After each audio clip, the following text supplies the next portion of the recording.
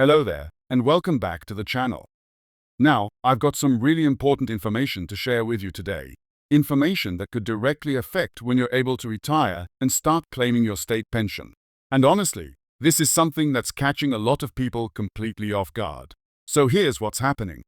The state pension age is going up to 67, and if you're in your late 50s or early 60s right now, this change is going to impact you directly. And I know what you might be thinking. Wait, I thought it was 66? Well, it was. But things are changing, and the date when this kicks in is coming up faster than most people realize. Now, I'm making this video because I've spoken to so many people recently who had absolutely no idea this was happening. They'd been planning their retirement around age 66, maybe looking forward to finishing work, spending time with grandchildren, finally taking the trip they'd been dreaming about. And then they discovered they'd have to wait another whole year. That's 12 more months of work. 12 more months before you can access that pension you've been paying into your entire working life. And look, I get it. This stuff can feel overwhelming. The rules keep changing, the dates keep moving, and it's hard to keep track of what applies to you personally. But that's exactly why I'm here, to break this down in a way that actually makes sense, without all the confusing jargon and government speak. In today's video, we're going to cover the exact date when the state pension age officially rises to 67. I'm going to tell you precisely who this affects, because it's not everyone, and you might actually be in the clear. We'll talk about what this means for your retirement planning, and I'll share some really practical tips on what you can do right now to prepare, whether you're affected by this change or not. Because here's the thing, knowledge is power. When you understand exactly where you stand, you can plan properly. You can make informed decisions about your future. And you won't get any nasty surprises down the line. So stick with me for the next few minutes, because this information could literally be worth thousands of pounds to you. And if you're finding this helpful already, do me a quick favor, hit that like button right now. It really helps more people discover this information, and honestly, everyone needs to know about this. Alright, let's dive in, because I know you're eager to get answers. So here's the critical dates you need to remember. 6th April 1960. That's the magic number, folks. If you were born on or after 6th April 1960, your state pension age is going to be 67. Now, if you were born before the date, your pension age is 66, although the exact date within that 66-year range does vary slightly depending on your specific birth month and year.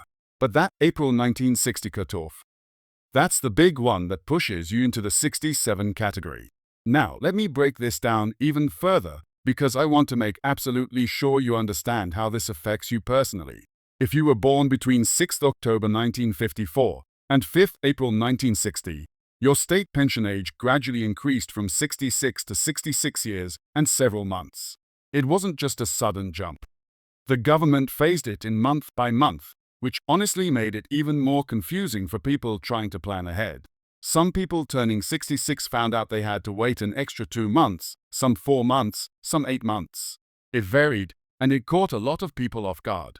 But here's where it gets really important. Once we hit that 6th April 1960 date, that's when the pension age locked in at 67 for everyone born on or after that day.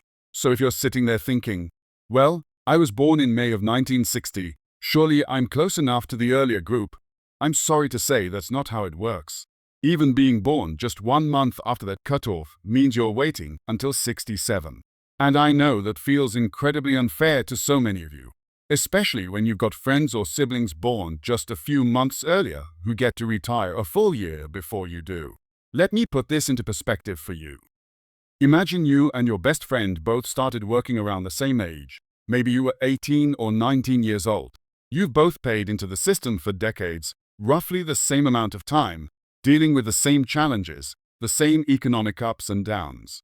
But because your friend was born in February 1960 and you were born in June 1960, they get to retire at 66 and you have to wait until 67. That's an entire extra year of work. That's 12 more months of setting that alarm clock, 12 more months of commuting, 12 more months before you can truly enjoy your retirement. And for a lot of people, that 1 year makes a massive difference, especially if you're dealing with health issues or you've been in a physically demanding job your whole life. Now, I want to talk about why this change happened in the first place, because understanding the reasoning behind it, even if you don't agree with it, can help you come to terms with your own situation. The government's argument has always been about life expectancy.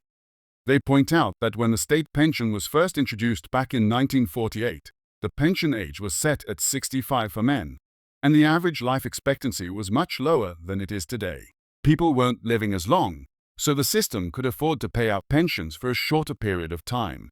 But now we're living longer, healthier lives, which is wonderful, but it also means the pension system has to support people for 20, 25, sometimes 30 years or more.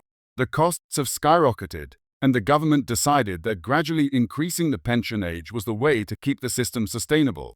But here's what frustrates so many people, and I completely understand this frustration. While it's true that average life expectancy has increased, that doesn't mean everyone is living longer or healthier lives. If you've spent 40 years working in construction, or nursing, or factory work, your body might not be in great shape by your mid-60s. The idea of working until 67 when you're already struggling with your knees, your back, or other health conditions feels like a real slap in the face. And the other thing is, life expectancy increases haven't been equal across the board. People in certain parts of the country, people in lower income brackets, they're not seeing the same life expectancy gains as others. So this one-size-fits-all approach to pension age doesn't account for those disparities. And that's where a lot of the anger and frustration comes from. And speaking of frustration, if you're feeling worked up about this, if you're nodding along thinking, yes, exactly, this is so unfair, make sure you hit that subscribe button and turn on notifications, because we cover these kinds of important topics regularly on this channel. We're here to keep you informed, to help you navigate all these changes, and to make sure you're not missing out on anything you're entitled to. We're building a community of people who support each other through these retirement challenges, and I'd love for you to be part of it. Now, let's talk about what this means for you practically. If you're approaching your pension age, whether that's 66 or 67, you need to know your exact date. And here's the good news. The government has made it pretty easy to check. You can go online to the official government website and use their state pension age calculator. You just plug in your date of birth, and it tells you exactly when you can claim your state pension. I always recommend doing this sooner rather than later because it allows you to plan properly. If you find out you've got an extra year to wait that you weren't expecting, that gives you time to adjust your finances, maybe look at part-time work options, or consider whether you can access any workplace pensions early to bridge that gap. Another thing I want you to think about is this. Just because your state pension age is 66 or 67 doesn't mean you have to keep working full-time until that exact date. Some people choose to reduce their hours in the years leading up to retirement, easing themselves into that transition rather than going from full-time work to completely stop overnight. Others look at their workplace pensions and realize they can access those earlier, maybe at 60 or 62, and use the income to support themselves until the state pension kicks in. There are options, and the key is planning ahead and understanding all the pieces of your retirement puzzle. I also want to mention something that catches people out all the time. Some folks assume that because they've been paying national insurance contributions for 40 or 45 years, they should be able to claim their pension whenever they want. But that's not how it works. The number of years you've contributed affects how much state pension you get, not when you can claim it. You need 35 qualifying years to get the full state pension. But even if you have 50 years of contributions, you still can't claim it until you reach your official state pension age. I've seen people get really confused about this, thinking their long work history somehow gives them early access. But unfortunately, that's not the case. So where does this leave us? Well, if you were born on or after 6 April 1960, you're looking at a pension age of 67. That's your reality. And while it might not be what you hoped for or what you think is fair, knowing it now gives you the power to plan accordingly. And that's really what this video is all about, giving you the information you need to take control of your retirement planning. Don't let these changes catch you by surprise. Don't assume your pension age is the same as your older sister's or your mate down the pub. Check your own date, know your own situation, and build your plan around that. Before we wrap up, I want to hear from you. Drop a comment below and let me know. Were you caught off guard by your pension age? Or did you know about these changes well in advance? And how are you planning to bridge the gap if you're facing that 67 retirement age?